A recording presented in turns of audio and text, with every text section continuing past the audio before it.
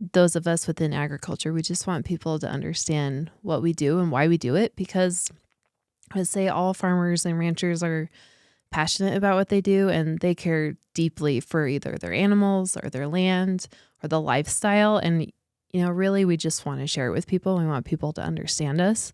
Have you ever felt? Are you listening? Damn.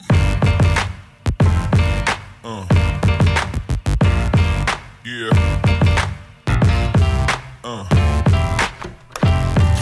Well, Hannah, thank you so much for coming on. Thanks Ladies for and gentlemen, having me. Hannah Minkler. I don't know you at all, but a mutual friend of ours, Veronica Lassiter, was able to put us in touch. Yes. And oddly enough, we sit on a board together, and we're looking at, what is the future of our area going to be like? And we're very rural Colorado, but yet we want some amenities and we want these things, and we're always kind of trying to find out ways to generate revenue, or allow somebody's property to generate revenue, or have a splash pad that generates revenue, like that kind of comes back towards a town. And so she had brought up something called agritourism. And I'm like sitting across from this in this boardroom being like, what the hell is agritourism? Yeah. I'm like, Yes. what is that? And so she kind of starts to explain it, and it's just like light bulbs go off. I'm like, oh, there's actually, not only have I experienced things like this and love them, but there's like actual validity to this. Like there's a real chance that people can use their farms or use their crops or use their animals and create this tourism sector of our economy. And when I started kind of like looking at it and thinking about it, I was like, well, this is way, way bigger than I realized. Like it's already existent, and it's far bigger than I thought it was, or far bigger than I was aware of. And I was like, okay. So I reached out to her. I was like, hey, come on the show. And she's like, I've got the person actually that you need to speak to. And so she put us in touch, and I'm so happy to have you on, because I think that it's something that a lot of people are subconsciously aware of that's happening, but they don't really know that it's actually happening, and that it could be compounded to make it way bigger and better than it already is. So thank you for coming on, and I really want to talk about it. So for the dumbest person in this room, can you give me a little bit of background? Like take us back a little bit. Give us the 2-minute skinny. What do you do? Where are you from? What got you sort of into this? And then let's just kind of go from there, because I'm super intrigued by it. And I think it's a cool thing. I really am. So, well, thank you for having me, and thank you for thinking it's intriguing. I think that's really important. A lot of people don't realize how much ag is everywhere and what that means. And the reason I know about it is because I grew up on a ranch. So I grew up outside of a very small town called Ignacio, which is close to here. And on our family's ranch, we have horses and hay. And so we have our own horses, and then people can board their horses at our place, and then we grow hay. So that's kind of how I grew up. I grew up in ag, but it was something I didn't think about. It was just part of my community and my culture. I never thought twice about it. And so when I went away to college, I never thought about studying agriculture. I had some people that were like, you should, go into ag business or something. And I thought, why would I study my chores? Like that was just so not interesting to me at all. I always figured I would want to come back and be a part of our family's ranch. And probably about almost 10 years ago, I first heard about agritourism, and my parents kept mentioning it, and I didn't really understand what it was, but I kind of started to hear about it more, and I thought, oh, that's interesting. Maybe, one day I could do something with agritourism. And that's where I kind of first heard about it. And so, you hear agritourism, I don't know, for some people it might sound obvious what it is, and for others maybe not. So it really is just tourism with agriculture. And it's as simple as a corn maze or a Christmas tree farm or a pumpkin patch. Or it can be way more complex or outside the box than that. It's so varied. So it's really interesting. And then Specifically in Colorado, it's kind of neat because it's a combination of our top two industries in our state. So the top industry in Colorado is tourism, and our second largest industry is agriculture, which I don't think a lot of people realize. So agriculture contributes almost $40 billion to our economy every year. Not that a lot of that goes back to the farmer rancher per se, but it's a huge part of our economy. So bringing in agritourism is really neat. It's just that combination. So I'm really passionate about it, and I think it's very interesting no matter what kind of community you live in. I think even if you're in like Denver or another state, it's probably closer than you realize. And, you know, in some of our small towns, it's a huge part of the community. So, Well, yeah, I mean, so like we were talking off air. So when Veronica mentioned that, I'm like thinking like, you know, again, what the hell is agritourism? And she mentioned something, and it was like the light switch went off. And I immediately took myself back to my time living in Texas. And so we were in New Braunfels, which is directly between Austin and San Antonio. And so San Antonio does day trips, cool. like many day trips up to Fredericksburg, which is like basically wine country. And I started thinking about that. I'm like, oh, like not only have I been a part of that, but like I've experienced the fun that can actually have. And I started thinking like, I hear ag and I'm like, oh, it's like a, you know, some chicken farm, or it's, you know, and it's like, so it's like, I brushed over it, like really like with a broad stroke, like this just is not for me. This doesn't make any sense for our area. But then I started thinking like, okay, well, you've got like, you know, hop fields that are being toured that are attached to breweries. You've got wineries that are being toured that are doing day trips, or whatever, or they're doing tastings and pairings like that. And like one of the ones that like hit me the most locally is like all the time that I've spent at I think it's Foxfire, like out in Ignacio. And I started thinking about that. I'm like, oh wow, like how many times have I been there to like the art festival? How many times have I been there to like when they've got a band playing and we're experiencing like all of their own products that they produce, or at least they're bringing in from the region, you know, for that event. And I'm just like, this is something that I think a lot of people, you know, unbeknownst to them have experienced it and maybe haphazardly sort of brushed over it, not thinking about the volume that it already exists like kind of locally, you know, and another big one is like James Ranch, you know, and like, I mean, obviously those are the larger ones, and maybe those are the ones that like are the household names at this point. But I started thinking about this, and I'm like, you know, looking at this community going, okay, well, we've got tourism, but Bayfield doesn't necessarily have tourism. Like Bayfield sits in between Pagosa Springs and Durango, and it's essentially a bedroom community at times, or is to Durango, right?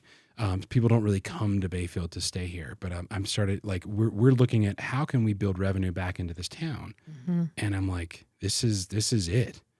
Like, yeah, if we had a water park, or if we had a something, but the reality is we don't. But we've got you know, Paul Black with his, you know, his hop farm like right in town, literally across the street from where the town borders lie. And so it's like, and then we've got you know, alpaca farms, and we've got you know, horse rides and things of this nature. And I'm going, this could be a huge deal for our small little community. And then as the more I started researching it, I'm like, this is really, really amazing. And it's already like, you know, rampant through the town. And it's like I feel bad because like I never really thought about it, and that I've experienced it, taken advantage of it, you know, and like been to events and like, this is so great, but that you just like brush over it. And I'm like, okay, I need more data. I need more details behind what this thing is, because I really do, like going back to my first comments, is like, I think that it's like viable. It's existent. It's kind of self-sustaining in a weird way. Like you guys are already operational. It's like, but how do we get people to the farms? How do we get people to the ranches to experience these things that you can't experience in the heart of Denver? You can't experience this in the heart of Dallas. Like you can't, you know, it doesn't happen unless you come here. And so what do you guys like? And I say you guys, and I mean the community of the folks like yourself and other members of this ag community, is there a big push towards agritourism, or is it something that's being opposed by the community? I would say it's supported. I think, the big push when I think of agriculture is within agriculture, we're really trying to encourage each other to tell our stories. And that just means the story of maybe your operation. And when we say operation, it's just your farm, your ranch, your large scale garden, whatever it is. Because if you think about it, 100 years ago or even 50 years ago, most people lived in the country, or if they didn't, you probably at least were only one generation removed from a farm or ranch.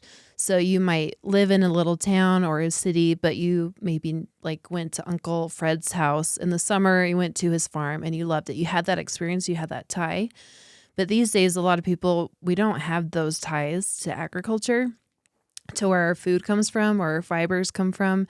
And so I think that's a really big component of agritourism is I think we've gone so far in the opposite direction away from agriculture and understanding what that even means that people are kind of looking for that again.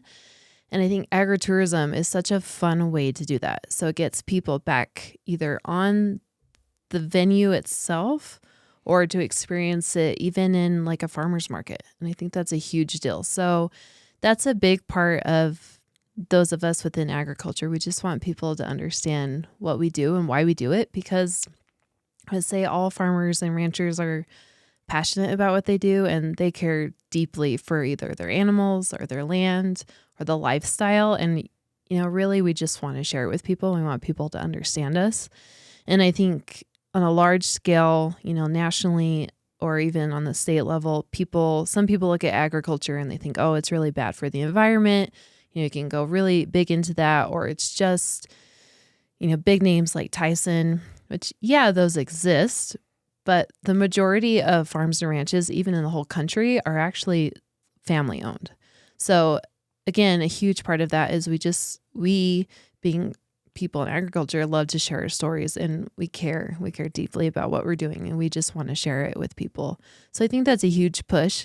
And I think, another thing too is it's really fun. I think a lot of us in agriculture are kind of surprised by some of the byproducts that come from agritourism. For example, there's one lady that I know she's big into sheep, and it was always meat processing, stuff like that. But then she kind of found that people were always curious, well, what do you do with the wool? And they weren't doing a lot. It was hard to sell it. But so she started to get enough interest that they created their own wool products. And then that became a huge part of their agritourism. Oh, wow. So it's really fun. It's interesting things come about it, and it's surprising. And it's so broad too. I think that's the other amazing thing. Like I mentioned, there's maybe corn mazes, pumpkin patches, which probably a lot of people have experienced, but it's also Christmas tree farms. Like you said, visiting a vineyard or seeing how beer is made. It's so broad.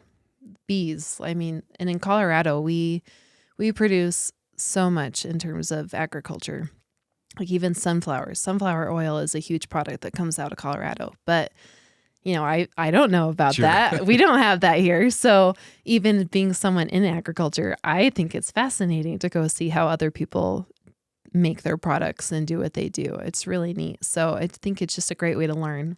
Do you feel like the vast majority of the ag community is kind of embracing the tourism aspect? Because, and I asked this to you because both you and I growing up here, there's, hold on. Anybody who has visited Colorado, we appreciate you. Thank you so much. We get to live here because you bring your outside revenue to our area. Yeah. But there oftentimes is a stigma sometimes surrounding tourists, right? I've been on the opposite end of it where you go to a tourist destination and you see the locals being like, oh, this freaking tourist, you know, like you get that. Exactly. So I'm going to use that statement to preface this next question, is that sometimes there's that stigma around tourism, and the ag community, like having grown up for most of my life in Bayfield and in Southwest Colorado, the ag community, the kind of rural community is very proud Yeah. at times. Like, and they by all rights, Mhm. you know, they want to protect what they have. They don't want to see it get overdeveloped. They want to keep that heritage. And I agree with that. I think that that's a great thing to pass on to your children and to their children. But I just wonder if the vast majority of the community is embracing that tourism, or if there's kind of that defined line of like some are opposed, but some are, Mhm. you know, because I see that generationally speaking, where even in Bayfield, you've got a lot of younger demographic that are pro growth, and the older demographic are like, we like Bayfield for the same reason we moved here in 1975, Yeah. but it's not 1975 anymore. And so that's always a hurdle of like, hey, there's a balance. Mhm. And so are you experiencing that same thing kind of in the ag community, where some are opposed, but some are Yeah. like, we need to do this? Absolutely. Yeah, I mean, you explained it very well. Yeah, there's always that older generation, and sometimes even some people in the newer generation that are like, no, we need to hold on to this and keep it exactly as it is. It's just not realistic. I mean, we're a growing state, we're a growing community. And so I guess, my perspective, and I do think a lot of younger ag generations are probably in the same boat as me, where kind of like I mentioned before, it's just an opportunity to share why agriculture is important. And this is such a good venue for it because it's exciting, it's fun, and you're learning all at the same time. And again, I think a lot of those misconceptions and the stigmas for tourists, and going both ways, I think people look at agriculture with some stigma, just an old cowboy that's out of touch or something like that. But I think really what most people are looking for is understanding. We just want someone to understand where we come from and why we care about the things we care about. And so I think agritourism really allows that to happen. If you invite someone to your ranch, for example, at my family's ranch, we aren't commercial per se as far as events, but we have had several people get married at our ranch. We've had baby showers, we've had family reunions. We've just opened our ranch up to the community as much as we can. And it's amazing how many people step foot out there and just take it all in. You can watch them take it all in. Some people have never been to a working ranch. They've never been out in the county. And I think it's just eye-opening for them. And sometimes I think we forget in agriculture that you don't know what you don't know, right? So the same could be said, for me about maybe the medical field. Like I don't know what I don't know. And so I think a lot of us in the younger generation are cognizant of that. And so we try not to just put assumptions on other people that have different views. But again, it's maybe they don't know any different. Maybe they've literally never been to a farmer ranch. Or, within agriculture, it's kind of frustrating because people don't understand where their food comes from.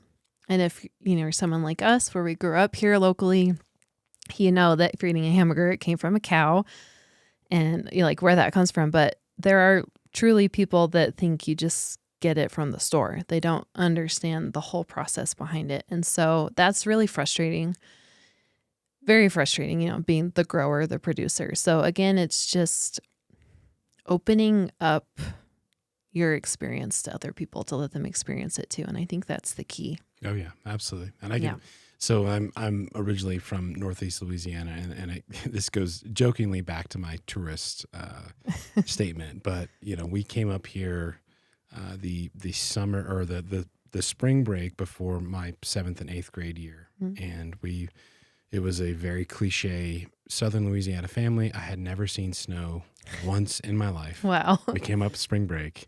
And we stayed at Vicedo. We skied at Purgatory for 3 or 4 days. We went home. My parents moved us up here in the 1st of June. Oh, wow. And it was just one of those things, like my dad had been here 20 years prior hunting with a buddy, and we had just never seen it. Like the sheer beauty of like the mountains, and like as simple as it sounds for a person that's from here, that's been here for a while, like, I found myself bitching about how much snow we had this year, and I'm over it. Right. And I've got friends of mine, like dear friends, that are up in Silverton. They got snow yesterday. Oh, geez. Yeah. And I can't imagine how over it they are. But going back to your statements of like, if you've never experienced that before, it's so eye-opening in a very weird, visceral way. Mhm. It's hard to explain to somebody. I would almost equate it to a person that's been in a rural community. And for anybody that's kind of from Durango, if you can take yourself back to like your first trip to Denver, if you go up 285 Mhm. and you go over that crescent right before you drop down into Morrison, Yeah. and you can see the just vast sea of lights. I have no desire to be in Denver, but I cannot sit here and say that view is not beautiful. Yeah. Like there's something otherworldly about it, and it's just like there's the twinkle, and if you catch it at the right time, like you see the red cliffs of Morrison, and there's just something about it. And so to experience that kind of situation for the first time is very correlative to experiencing things on a ranch for the first time. Like as weird as it sounds, like going to, and when you're going to like to brand calves, and that time of season, like some people, like you say, like they don't know where their food comes from. The vast majority of us don't, even locally. Yeah. I couldn't tell you where the last, I know where I bought it from. I know that I bought it from a local grocer. I know that I paid X amount of whatever for so many slabs of bacon. And I think I know where it came from, but like I've never been to that ranch. I know where they are. Just south of Durango along the river, like, right? Yeah. But so I go back to like my experiences of coming here for the first time and seeing that and having the joy of having gone to ranches and got to experience that and seeing a horse for the first time in my life and petting a horse and riding a horse. And, unfortunately, as much as I hate it now, but bucking bales, it's like, that sucks. That's a lot of work. It kicks your butt, but it makes you appreciate all of it kind of very holistically about like what it takes to actually get this thing from point A to point B. And I think that if there is anybody in the community, I fully understand and support any opposition towards it. I really do. I understand fully why someone would say, we want to keep this. We want to keep this to ourselves. We don't want to allow it to get tarnished, right? Because sometimes the outside world does come in and they come in full force and they do ruin things. Yeah. But if you can keep that potential of being ruined at bay and invite people to the experience and say like, you get to come in, but you have to leave. Like we're going to allow you to see this. We're going to allow you to experience this, but you don't get to change this thing. I think if your community can do that, that's a very, very special thing, because that's not the case for a lot of industries in this world.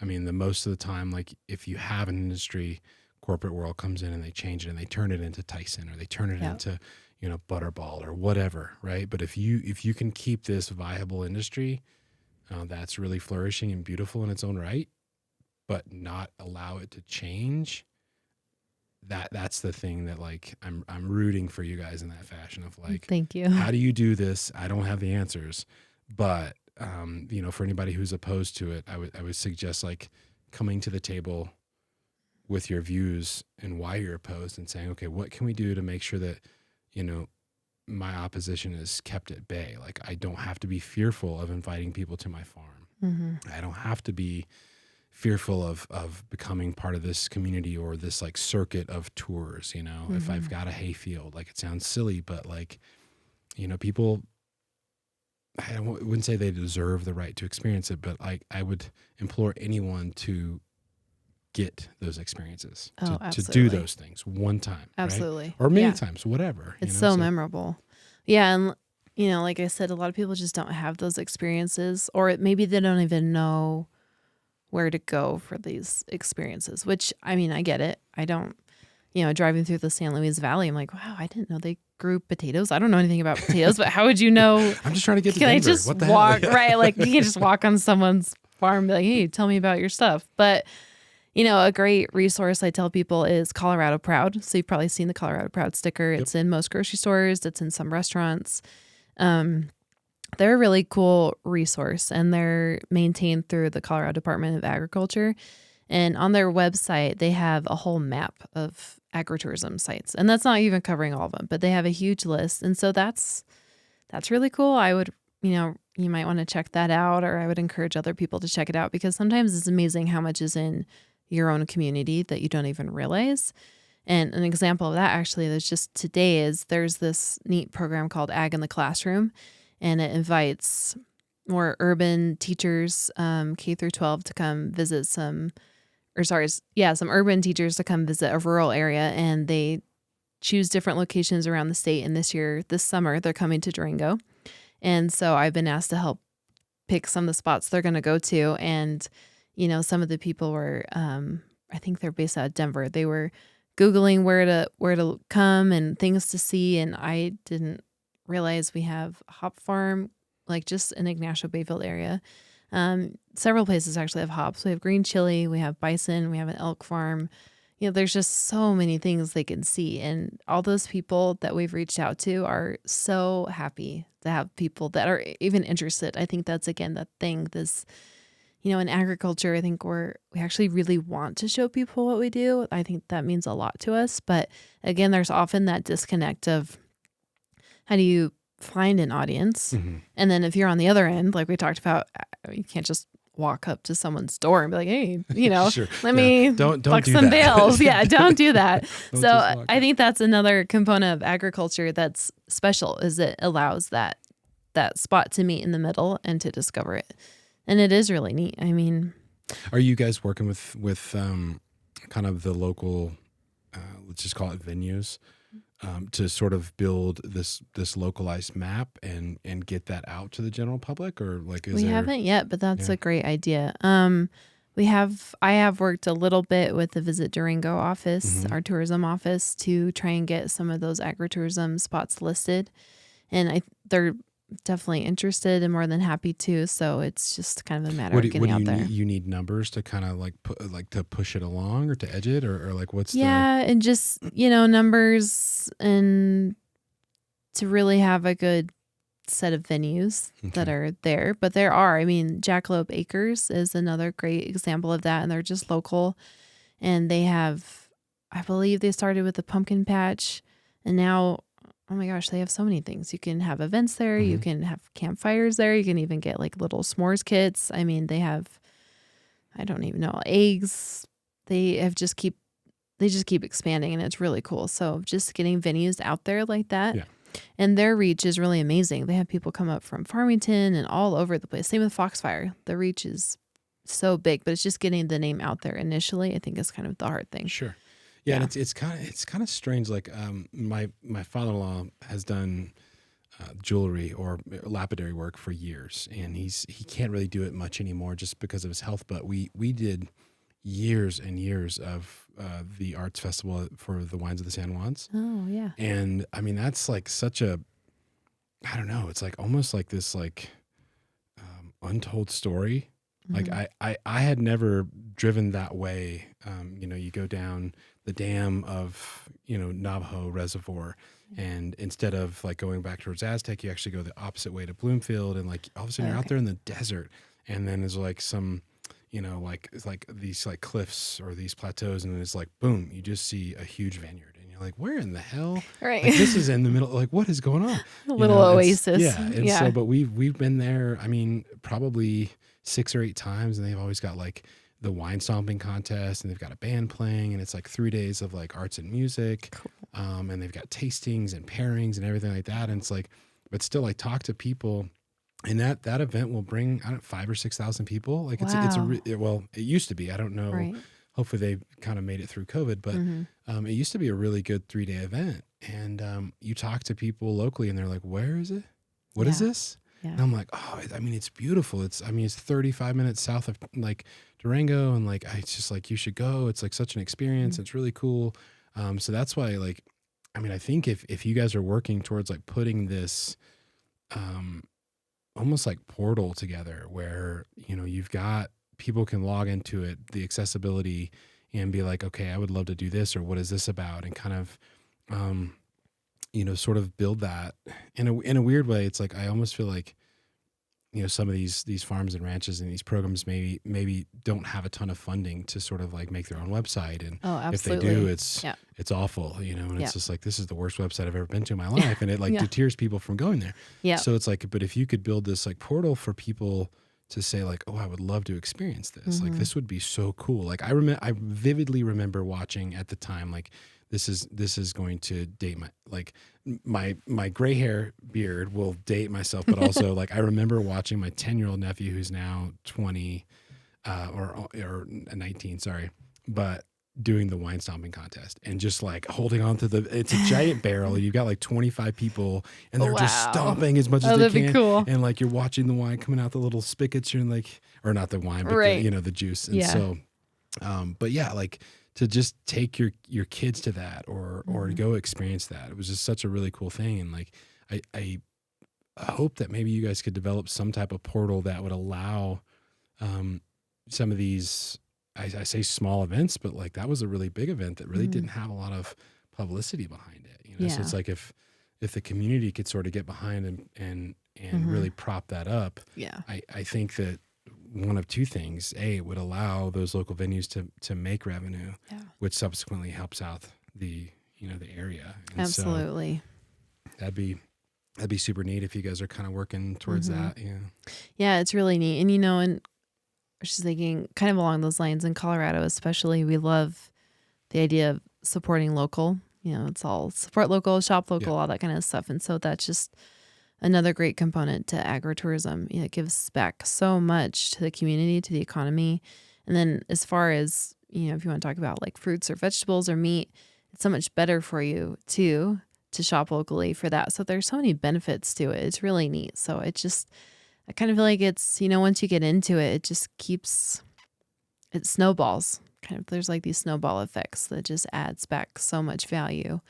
And I would just, encourage anyone listening that hopefully they would try and find something nearby and you'd be amazed. Yeah. And there's always something to learn. I think that's a fascinating thing. I grew up in agriculture, but agriculture is huge. It's so vast and varied, even just in our area.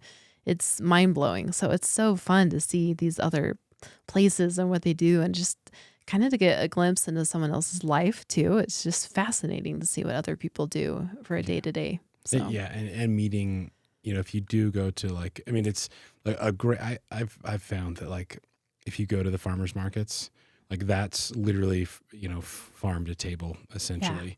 But it's really neat because a lot of times you end up meeting like the actual owner of that company. And it could be, like I've got a good friend of mine that owns, Kind Hemp, and it's he and his wife. And it's like, they come out there and they're doing their hemp oil and now they're doing bees and it's like they own it, like those two, and they work it every day. Yeah. And like they're the two in the tent and they're selling things. And like that is a direct line back to where that's truly coming from. Like, I mean, literally out of the soil. And it's interesting. Like, I would definitely suggest for anybody, like I can't speak to a large scale farmer's market like in a city, but in a rural area, chances are that's the person that's grown that, or it's somebody that works for them. And they're like, we're bringing this, we picked this last night or 2 days ago and now it's here and we're selling it direct. And it really gets like the conversation going if you spend the time with these folks and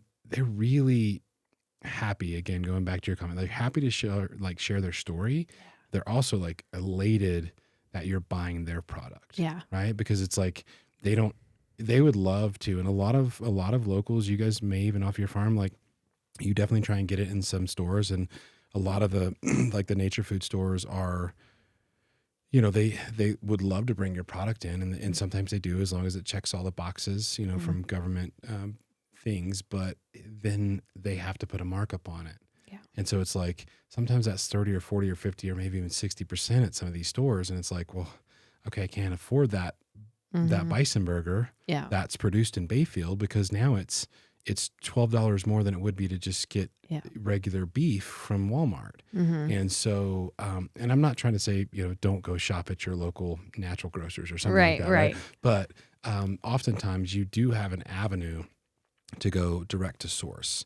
And if you can go direct to source, it makes it far more affordable. It really does. And you know exactly where your money's getting spent. Like you can go out there, like you said, and see, see the beef or see the chickens or here's how we do it. And here's the process. And like, like, okay, this is going from this ranch or this farm literally to my child's mouth. Yeah. And I'm okay with that. Right. I'm good with that. Yeah. I can track down the path. And I think a lot of people are really not opposed. I wouldn't say that they're opposed to it, but a lot of people are turned off sometimes by eating or shopping at like a natural grocers or another store like that because it's less affordable. Yeah, because absolutely. Of that. It could be better for you. It could check all these boxes, but it's like at the end of the day, it's like, sure, oh God, I've got to feed 4 mouths, not just 2. You know? And so I think that if you have the opportunity, sometimes you can go direct source and shave 30 or 40% off what you're seeing at these markets. Absolutely. And one way to meet those folks is going to the the farmers markets and things like that. So. And if you buy direct from the source, they'll usually, they're not trying to make millions off you. I think it's like they want to sell you the product. They're not there to make extra. I think, most people are more than happy to sell you the product. And, you talked about meeting either the owner or the employees at a farmer's market, for example. Talk about passion. Like those people, when you talk to those people, you can tell they care about what they do. Mm-hmm. And it makes you want to invest in their product. At least for me, I'm like, wow, you really love carrots. I didn't know there were 10 varieties of carrots. And wow, okay, I want to buy it. And then sure enough, you have a bite. And have you ever had a fresh carrot? Like an actual out of the ground? Oh, yeah. I don't know that I have, to be honest with you. That's your challenge. Okay. Go to the farmer's market, get a carrot. The difference is phenomenal. Fresh carrots taste amazing. They're absolutely amazing. So, it's kind of, again, like, I agree. If you get it straight from the source, it's worth it. And it's how cool to know, like you said, exactly where your food came from and the person that grew it and how much passion they have and how much they care for it. And it's just really neat. I think it kind of brings everything full circle. Like I said a little bit before, I think, in this day and age, in a lot of ways, we're disconnected. And I don't know that we feel that as much here because we still live so rurally and, we have this amazing landscape and a lot of us get outside a lot. But I think for other people, that disconnect is very real. And it just kind of brings it back into, I think, more how it should be of knowing where your food comes from and recognizing even how much better it tastes. Just there's so many benefits to it. So, well, I mean, just even like going back to one of your earlier comments of like, your family owns the farm, right? Mm-hmm. Like to me, that tells such a story. Yeah. Like we're not just eating this dinner. We're not just having steak or we're not just having chicken or whatever it's like there's a story. And if you know those people, it's like we've oftentimes like, we've done it with James Ranch. We've done it with a few other places here in Bayfield, but it's like, we'll come together with like a group of people and we'll order a beef. Yeah. And maybe everybody pays for a quarter or depending on, finances that you're like, well, I'll take an eighth or I'll do this. And then, or we'll buy, a pork and it's like, you know, those people, their kids, like, and that it came directly from that farm.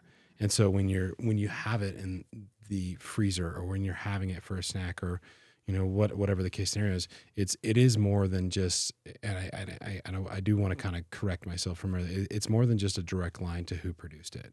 It's like there's a whole nother set of values behind eating in that fashion or consuming in that fashion. It's like you there's a story behind it. There's actually a real family or there's a real company, like a local that's owned by somebody, and like and you that there's like contextual value behind that, and it changes the way you look at it, and I have no idea like how much of this audience is opposed to hunting. I really don't care. If you are, cool, congratulations. But the thing of it is like when you hunt, whether you agree or disagree with hunting, exactly the work it took to harvest that elk or that deer or that turkey or whatever. Like the work that it took. And the emotions that course through your body when that happens. So it's like I often equate that same kind of feeling. It's like if you order this beef from this ranch, and maybe it costs a little bit, but you can split it between a couple different families, and like you all know where it comes from, and it's not just it isn't just a direct line, I guess. Like I was saying, it's like it is, but it's like it's more than that. It's more than like you don't just get to like tip your hat and be like, I bought this from James Ranch, or I bought this from somebody. Yeah. It's like, oh, I bought this from Ann and Jared, or I bought this from these people, and it's just like, and I know their kids, and I know their kids' kids, and it's like it really actually builds the community from the ground up. That's exactly what I was Literally going to and say. figuratively, Yeah, that's what I was going to say. It builds community because you care. All of a sudden that hamburger has context, and you care about like, oh, so-and-so's kids raised this cow, and like, how cool is that this kid raised this cow? Or you might actually, pay attention if there's some, I don't know, something against farm and ranches that comes up in the newspaper, or, on the state level, in terms of laws and things like that.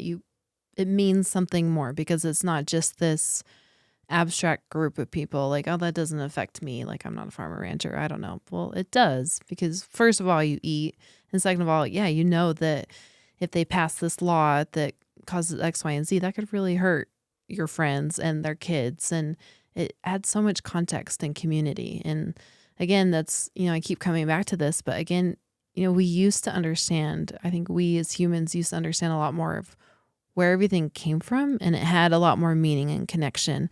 And the other thing is, convenience is amazing, but also it's a hindrance. So if you could go into the store and you just buy a hamburger, or buy a hamburger from like Walmart or something, it's convenient, it's easy, you don't think about it. But when you, like you said, even hunting too, if you take the time to go hunt, and you know what that feeling is, and you really respect that animal for what it's giving you, it adds so much more meaning to your life, which sounds so, I guess, a little dramatic, but it really does, because, we eat all the time. You have to eat to live. And farming and ranching adds so much back to the community, but also, to wildlife and air quality. There's so many components of it. So it all just brings it full circle. And I think it's really important to understand that. And if hunting isn't your thing, for example, then I don't know, if you love wine, go to the vineyard, see where it comes from. That's the great thing is, sometimes people are like, well, I'm vegan, I don't care. I'm like, well, how would you like to go to a farm and, a huge vegetable patch or something? We all eat, we all wear clothes. A lot of that comes from agriculture. So I think it's just having that appreciation for where it comes from. Sure. And thinking about it is not just a convenience, but the story behind it. That's the huge component, is what's the story behind it? Just like you would appreciate anyone asking, the story for your own context, your own life. It matters. You feel valued and you feel seen when people ask and genuinely care. And it's the same with searching it out and showing interest. I think that's the big thing.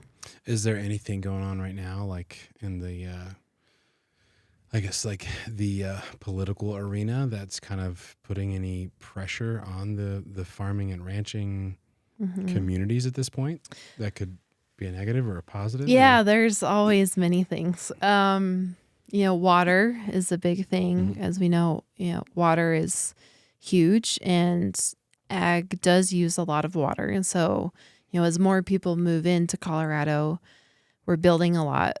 And, for houses or whatever it is. And, people see that water goes to agriculture and they think, well, that should just be cut out. But again, if you visit any form of agritourism, water obviously is a huge component of that. So again, it's finding that context and that understanding. And so, ag does use a lot of water, but it goes to your food, and it replenishes our water tables. It helps, all of that ag land helps provide habitat for our wildlife, all the things we care about in Colorado, we wouldn't have if it weren't for agriculture in a modern sense. So I think that's important. There's always things that come up with, like the wolf reintroduction, for example. I don't know if you've heard about that. I have. Yep. We'll see where this goes. No. Yeah. I'm joking. Yeah. So wolves, if you don't know, wolves are being reintroduced to Colorado, and that's a big deal. One, because it's, not as simple as just reintroducing wolves and say this is the district that we're going to put them in. Well, they're not going to stay in a arbitrary line. They're going to move around, and they impact wildlife as well as farm and ranch animals too. So it's just a big deal. Like wolves are a huge deal, and they're not even. I'm not an expert in wolf reintroduction, but they're not even the same wolves that used to be native to here. So it's kind of just understanding the backstory. So yeah, there's lots of things that affect farm and ranchers all the time on state and national level. So I was talking to a gentleman some time ago, like on the western border of Colorado, kind of like Dove Creek sort of area, like bordering almost Utah. And a lot of that farming community out there is beans, right? And so, but what I found odd, and I didn't know this, and I understand it to some level, but what I found was odd is that the reality of actually getting the beans to a harvest level to be able to distribute out to the public is terribly difficult in a sense, from not only a farming difficulty, but pest difficulty, thing like that. And so I was talking to this guy. I was like, well, why would you want to like keep doing this? Like, what's going on? I'm like, well, that's how I make my money. I was like, wait a minute, you don't sell this. You're telling me you can't sell this? He's like, well, no, but if I take a loss, then the government subsidizes that loss from whatever the bill is or something like that. So it's like he's banking on the loss. And I'm like, hold on, like my brain didn't quite understand it. I mean, I do. I fully understand like federal subsidies. Sure. But I was like, so you're a farmer and a rancher, or a farmer, and you're working your ass off every year producing beans and getting them to a certain point right before almost known failure. And then you're reporting that failure, and that's how you make your living. I was like, I didn't understand it. I really didn't. And I was like, is there not a more fruitful, like for lack of better terms, like a fruitful way to go about that? And I just, I didn't get into that type of conversation with that gentleman. We were assessing land values and things. And there is actually a monetary value to that loss, which is really strange. Seems backwards. It does seem backwards, but it kind of seems unfortunate, but I'm like, it's almost the way of life for a certain type of farmer. So then, me being the nerd that I am, I started doing more research, and like, it is a vast share of crops that are grown in this country that are grown to failure that then are subsidized by the federal government. And I'm going, wait, hold on. Okay. Like that gets me. So then it's like, we're constantly met. Okay. We go to the grocery store. Maybe you're in Denver, maybe you're in California or something. You don't have the means to getting to someone who's actually producing edible corn or something like that. Right. And then I'm going, well, corn is like X amount of dollars. It's like increasing, or, milk is X, it's increasing. Everything is like, getting more expensive as we go through inflation. Then I'm like, well, hold on. Like 40% of the crops that are grown in the country are grown purposely to fail, so that way that the government can subsidize the failure. Why not figure out a way to take half of the 40 and produce it to production, which would reduce the cost of the product in the stores? Yeah. And I'm like, what is going on? It was just really crazy to me. Yeah. And I started, like, the more research I did, I was like, wow, this is, like, I never thought about that. Yeah. Like, ever. I'm like, hold on, we're growing stuff purposely to fail so that way we can make money from the government for the failure. Yeah. So, I mean, what do you know anything about, like, I don't know a lot about it. It is interesting. I mean, it's really hard to produce. So kind of an example around here is, slaughterhouses. There's only, I believe, 2 in our area. For beef? Yeah. Okay. For beef, for, hogs, lamb, anything like that. And so it's really hard. And part of it is, in order to build a slaughterhouse, you have to pass all these regulations that sometimes you just want to throw your hat in like, this is insane. Who wrote this? They don't understand agriculture, or this is going to take forever, or tons of money that we don't have. So that's, again, it's family farms are a huge, huge part of our whole country, but it's also really hard to produce and it's expensive. So it's really odd. And I don't know a lot about that part, but it really is mind blowing the more you learn about agriculture, and like I said, how vast and varied it is and what it takes.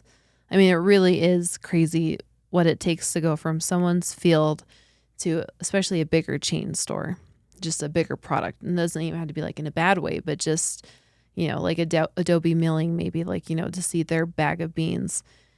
The story and all the steps and all the hands it goes through to get there is insane. It's a lot. I mean, agriculture is a hard industry, and there's so many components to it and steps to it. And so, I mean, again, that's where I think people within the ag community get frustrated, because people don't understand how hard it is. How much it takes it's to so actually produce. complex. Yeah.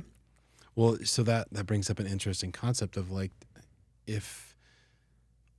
let's say that these farmers, and we're talking hundreds of thousands, right? To get to the number of 40%, right? Yeah. It's insane.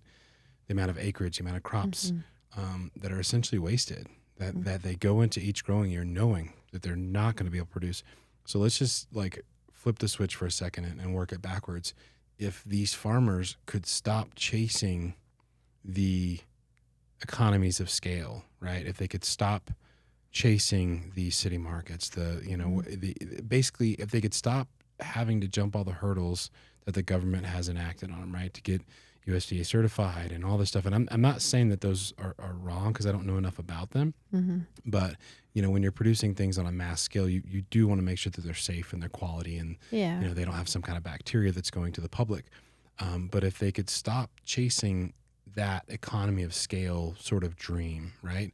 And more people could buy locally, in a sense, like if we could go, if everybody in La Plata and Montezuma County could go to Dove Creek to buy their bean product. Yeah. Could they produce in a fashion to where they're no longer chasing the failure, but they're chasing production because they know that they're going to sell the product, right? And it's like a mental switch. It's like we have to get out of the mindset of like, this is the way that it's always been. This is the way that we're going to do it, because we know we're producing a losing product, right? This is just the way we make our living. And I'm going, there's got to be a different way. There's got to be a better way. There has to be, and so it's really kind of interesting to hear, because you really don't, from the outside world, you don't realize, like I don't realize what it takes to run a farm. Like my parents had horses growing up when we first moved here, because we were like, oh my God, it's beautiful. They look so beautiful in the pasture. It's a son of a bitch. Oh, yeah. To have 6 so horses. much work, and it's expensive. Oh my God. And it doesn't stop with just feeding. You've got to ride them, and it's like, it's a lot of work. And we didn't eat the horses, so it was for pleasure. And there's the running joke that, a lot of people are horse poor. Yep. They eat a lot of food, and they're very expensive, and the vet bill, and so I don't know anything other than that. But that was like a ranch. It wasn't farming. And so to kind of hear your perspective and saying like, it's a lot of work, time and money and energy to jump through these hurdles that, maybe these local or even state or federal levels have kind of put laws or, things that make it harder and more expensive on you to produce a product. Yeah. It's interesting to kind of hear it from that perspective. Yeah. Because you really don't, if you don't know, like you said, if you don't know, you don't know. Yeah. You don't know what you don't know. But it's still really hard to be like, okay, this person in Denver is making these laws with preconceived notions of what they think we're doing, but they don't actually know. But we also don't feel like they're wanting to find out. But these laws affect us and our operations, and it makes it that much harder. As if it's not hard enough dealing with weather. You can't control weather. You can't control inflation, like fertilizer, different things like that. And so, and again, coming like with a lot of people moving into Colorado, that's really hard too, because you're bringing in outside mindsets, which isn't always a bad thing by any means. But if you're coming in from maybe, let's just say, a more urban setting, and where, you're looking at it with, oh, that my neighbor just takes all this water. How could they take all this water? Kind of that negative stigma towards it. It's really frustrating from the ag community. And it's just hard to meet in the middle because, like I said, everyone just wants to be understood. And I think if people understand why that farmer is using a lot of water, well, they have to feed their cows. And, where the water comes from or where it's actually going. A lot of water doesn't even stay in our area. It moves on to cities. Well, how do you think that makes your farmer rancher feel? Sure. When all your water is going to Phoenix or to California, you don't even hardly get to see that much of it. And so that's just the honest truth. It's just really hard to have other people tell you how to live your life. Yeah. And I think that's true for anyone. But especially in something as big and broad as agriculture, because, agriculture in Pagosa might even look different from agriculture in Bayfield, let alone on a state level or a federal level. So, I mean, it all, like I just keep saying, it comes back to wanting to be understood. And I think that's where agriculture or agritourism, is, I think it just might be that piece that clicks for people. That bridges the gap. Yep. If you're coming to a ranch, you see the water and maybe you're like, someone might just be very blunt and like, wow, that's a lot of water. Like, don't you know we're in a drought or something like that? And if someone can be like, yeah, well, we need it for here, or I actually don't get that much of that water. That's the other thing is, if if a ditch goes through your place, you have very certain amount of water you can take. You can't just take as much as you want. And so some people might not understand that. So it really is just understanding. Yeah. I mean, so you talk about the water. So there is some huge advances, for anybody who's whatever part of the country, like we've all seen like a pivot, a watering system that's like, it has a center well and it kind of goes in a big circle, or there's a side roll, which goes from one side of a field to the other. Especially like in Colorado, where we have been in a drought for many, many years. And we do have these big storm years and it seems like, oh, it's past us. And then it's back, we're in a drought next year. Right. Yeah. But there's been huge advances. I just wanted to, kind of add to, what you're saying is with the watering systems. And it's kind of odd. Like some of this has sort of been driven, I will say, by big cities, people that are in a heavy drought, let's just call it like California. Yeah. So there is more golf courses there, I think, than like any other area that's like really, really hidden by a drought. But some of the golf companies that make the watering systems, they've really put huge advances, like with technologies behind them that have certain types of sprayers that when they actually release the water through the heads of the sprayer mechanisms, they have a device that hits each like water particulate to where it turns into almost like a mist. And this sounds crazy, right? Cool. But so we did a huge system years ago for the Glacier Club, which is north of Durango. Yeah. And this company, Aspen was the name of the company. They came in and they put the system on their private back nine, right? Which you don't get to play unless you're a member and you got all this like, smoozy money. Yeah, fancy. But they put the system that was like amazing. And it was like 98% yield of water. Wow. It was wild. But so again, me being the nerd that I am, I start researching more of that. And like some of these same advances into watering systems are coming into the farming communities. And they're a little bit out of the reach of some of the smaller people, but as you look at some of these pivot pumps out there, like some of them are ran off of a VFD, which is a variable frequency drive, right? And so they're like monitoring the amounts of water that are getting distributed, and they're using these heads that do disperse the water in a very, very efficient manner. And so, but people driving by would never know that, right? But I will say that, like, out of my research and having worked on a ton of pivot pumps and things like this, like the technology that's being used, it seems simple, right? It comes out of the hole and we just spray it out of these sprinkler heads. It's like, well, it's a bit more advanced. Yeah, a little more than that. So, but there's been really, really large advances to try and be cognizant of the water usage and the water retention. And so I just wanted to kind of add to that because when most people are driving, I'd say most of our population, they drive by a pivot and they're, oh God, they're watering. Yep. They're just using it all. And, and Yeah. so that's that big push of like, we're in a drought, but what they don't know is actually a lot of these systems are very, very efficient with the water usage. Yeah. And to your comments earlier, like, there may be a gigantic ditch that goes through, if it's a main lateral that goes through a rancher's property, depending on their shares of water that they have had for years and years and years, they may only get a minute percentage of that water, like, because it's everybody downstream, and depending on the structure of your shares and your rights, your water rights. But the majority of that, like you are correct. It goes south. Like you can pretty much follow it on a map. It's going to a reservoir and it's going to go down a river and it's going to go to another reservoir. And so the waters in Colorado really don't stay in Colorado for very long. Right? Not very long at all. So you guys in your community, you have to use that water in the most efficient means possible. And if your primary crop is X, then you've got to water X amount of water. If your primary production is beef and you need to be able to produce hay so that you can feed your beef, because that's where you actually make your profits, then you have to be able to water X amount to be able to grow so much and feed the cows, right? I mean, it's pretty straightforward. And so I think you put the nail in the coffin on being like agritourism could potentially be the catalyst that bridges the gap between not knowing and knowing, or having an understanding, right? Yeah.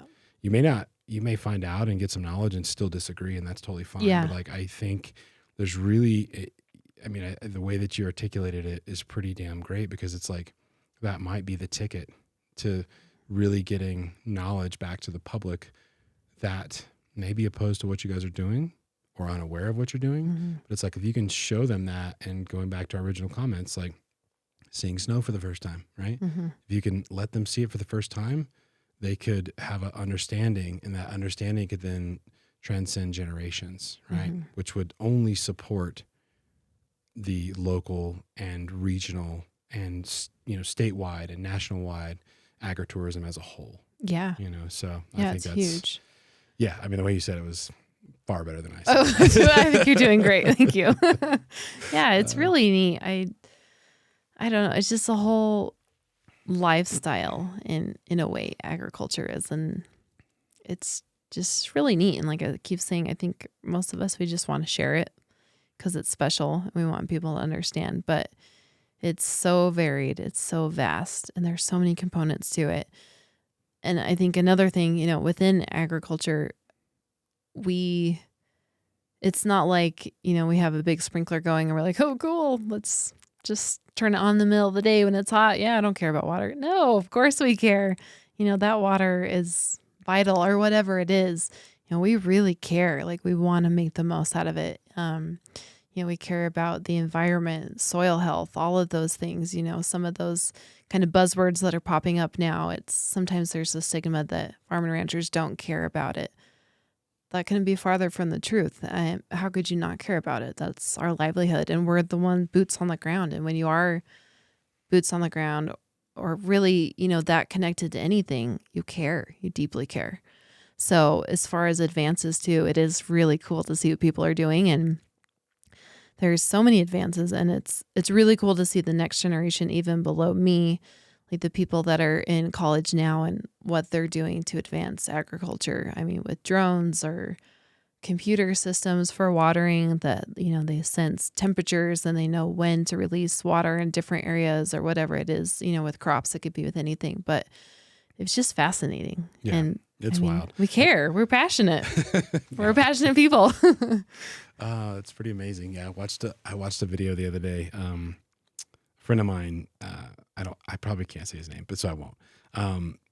He has a client sort of near Moab across the Utah border.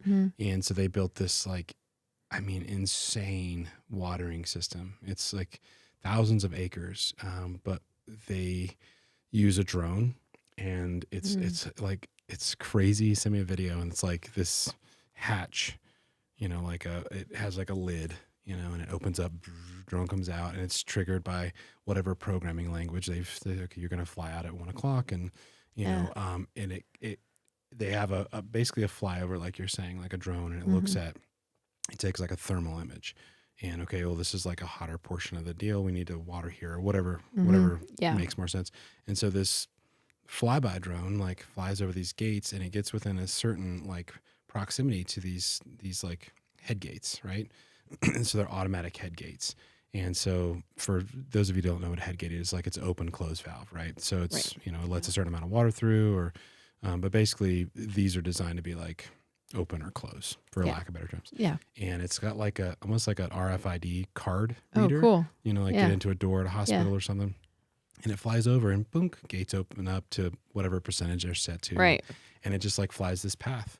And it comes back, and it like sets, it's like they call it the crow's nest, and and like lid comes closed. And when the watering cycle's done, it opens up and it goes back. And like, you know, because this is a 1-man farm. And I mean, if anybody has ever like, I mean, walked out there with a 9-iron and just hit gate pipe all day, like to do that across like 1,000-acre, you know, piece of land is, you know, you would spend 2 days to go from one end to the other. Yeah. And so this thing does it in a matter of minutes. And it's insane to see the advances that are coming out with like, okay, this is highly efficient. And like, wow, where's it going to be in the next decade? It kind of blew me away. I was like, wow. And it was weird because he sent this to me. He had been working on it for about 3 years with this guy, sort of back and forth. And I was like, oh, it's kind of neat because Hannah's coming on, and you know, like it's just me just again being a little dork. But so yeah, it's so cool. If somebody, you know, like I'm thinking about this. I'm thinking that this is like very outside looking in. You know, there's a couple of farms and ranches, like the bigger names, so whether it's James or whether it's Sunnyside or whatever, like they've had enough time and history behind themselves to kind of like not only build into the name, but also make their farms and their ranches like presentable to a fashion to where somebody a little bit smaller maybe not be able to. They may not have the financial capacity or means to kind of turn it into that. So in your mind, like if somebody is trying to, like, let's just say that you grow this thing in the next like 3 to 5 years, right? This agritourism in our area, and they really want to kind of get involved with you in this thing that is growing. What would be the recommendation to them? Because like I would think from an outside perspective that you kind of get one chance, right? Like your first showing better be your best showing, right? Because people want to come back. Yeah. And so for somebody who's kind of like on that teeter-totter of like maybe they have a really great farm and like really great people and their product is amazing, but it just looks like a ranch. And I don't say that, anybody listening to this, I don't say that negatively. Sure. But I think we can all tell the difference between a white picket fence ranch from somebody who's got some money versus a ranch that produces product that's just a ranch in Bayfield. Right. I mean, we all know the difference. Yeah, absolutely. So would you say that they should still kind of push forward and reach out to you and kind of become part of that bigger community? Or should they figure out a way to sort of make it more presentable? Like, what's your take on that perspective? Because I do worry. Like, I'm imagining somebody coming in from the outside world and going, this one's beautiful. Oh, it looks like a movie. And that one's like, ooh. Yeah, it's fun to visit, you know, a place like James Ranch where they're up in the Animas Valley and you have this gorgeous backdrop and they have live music in the background. I mean, of course, that's very idyllic. But I would say, I think there's also the kind of that fine line of, sure, maybe you need to clean it up a little bit, but also still be authentic. Sure. You know, something that I started doing recently was getting on Instagram for our ranch, which I've never been a big poster at all. And I kept hearing from, I'm involved in Farm Bureau, and they kept saying, share your story. If you're young, get on social media, share your story.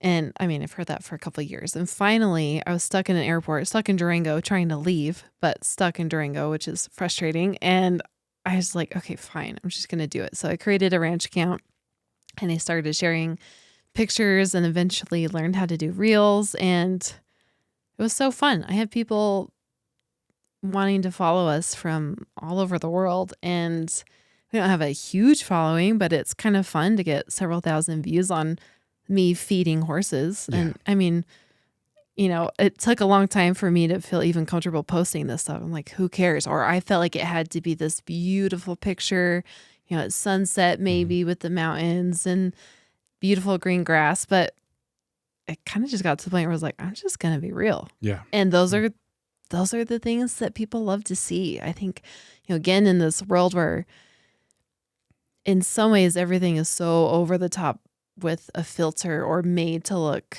so perfect, like the Instagram versus real life. If you see those, I just kind of got to the point where I was like, I'm just going to be real. So I think that applies to your physical locale as well. Mm-hmm. And then also, if you don't know what to do, if social media is your thing, share it on there. Like I said, I never thought anyone would care, but I love following people that live in New York City or other parts of the world because their life is so fascinating because it's so different from mine. And sometimes I forget that my life might be that different or fascinating to others. So I would encourage that. Or if you feel like you don't have a product or something or a place to have your product, or you don't feel like your operation is big enough or whatever it is, or the logistics of having even, public bathrooms, like things like that. It is hard. So farmers markets are great. I think that's a really great way to do that. I know so many people that have just, their businesses have exploded through farmers markets. Like there's one local lady from Ignacio that sells flowers, and her business has exploded, and she does that at a farmers market. So I would, or if nothing else, just, I would encourage people just to tell others what they do and not belittle your own story. And I think we're all kind of guilty of that for whatever it is. Like, oh, I just do this thing. It's no big deal. You don't want to talk about it, but it's cool. And if you're passionate about things, I think people care. They realize it's important to you, and they might want to know more or ask why. So, there's different ways to do it, and kind of to each their own. But I would say take a risk when you have to lose, You have nothing to lose. You can stay the same farm you've been, and you can keep doing what you're doing. But I fully agree with that. I think for whatever reason, like that's literally I don't think it's a slogan. We don't have a slogan, but that's I don't know if it's a motto for this podcast, but we really, and this probably comes from a little bit of my personal imposter syndrome, no matter what you're doing, you always kind of feel like nobody's going to care. Oh yeah. Like nobody's going to watch, nobody's going to listen. And you'd be surprised. Like you'd really be surprised how many people that stupid little reel that you created that you're like, this is so not me, or this is not, I don't really enjoy this, but it's like, it will connect with somebody. It may not get 10,000 or 10 million views, right? But the people that do see it and they like it, they're gonna be like, I actually really enjoyed that, Yeah, like and that it's was like, cool. and especially like the dirt and grit of being a real rancher. Like take a reel of somebody during branding season. This shit is brutal. Yeah. It's not fun. Yeah, I know. It's hot, it's sweltering, and it's like you're getting kicked and you're covered with, it's dirt, loud. Yeah. So, but people don't get to see that part of life, right? And so I think, the way that you described it, if you're thinking that nobody's going to care, you should think again, because somebody's going to care. It's going to ring true with somebody. They're going to be interested. And I think I didn't really think about it that way, but starting, if you don't have the presence, maybe for like the in-person, like if you're fearful that, you don't have the means of getting public restrooms, or like maybe your ranch is like, God, it's inherited and it's been in 3 generations, and we've got, broken cross fence, and we want to get it pretty, or whatever. We want to work it to a different model, start at that social media aspect and kind of build into that and get people's interest. And then if you're showing them, hey, we're fixing, 3,000 yards of broken fence this summer, and then they see it, they're going to understand that it's not all sunshine and rainbows. No.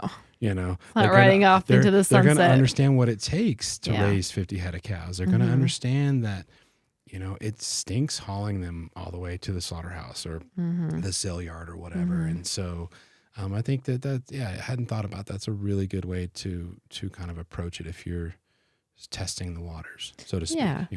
Yeah. And like I said, for me, it's been fun.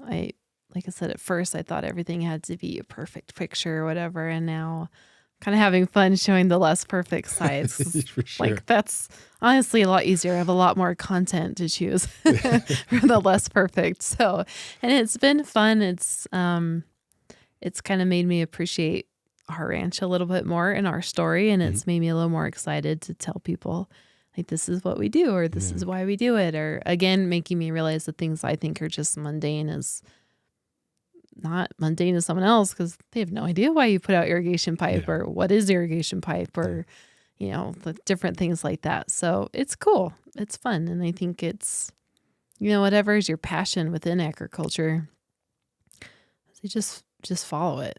Sure. It can be big or little. And that's the other thing. It doesn't have to be some big operation where you're bringing in hundreds of people. It could be something small, or, maybe you sell little, like the wool balls, that you put in a dryer. Have you seen those? Yep. Like just something like that. I don't know. I mean, that's cool. Even if you got one of those and you saw that, this came from a sheep in whatever, some small town, Colorado. And like, that's cool. It's kind of fun to know a history or the backstory of things. So I think it's just reminding people it doesn't have to be huge either to make an impact. This lady I know from work, she's got a beautiful like flower garden. I don't know if that's the right terminology, right? I don't think they eat anything. Maybe they do, but it's all like beautiful. I mean, gorgeous. Like, and so she's part of like the Botanical Society. And so they've got that coming up this summer. And there's like 450 people that go through each one of these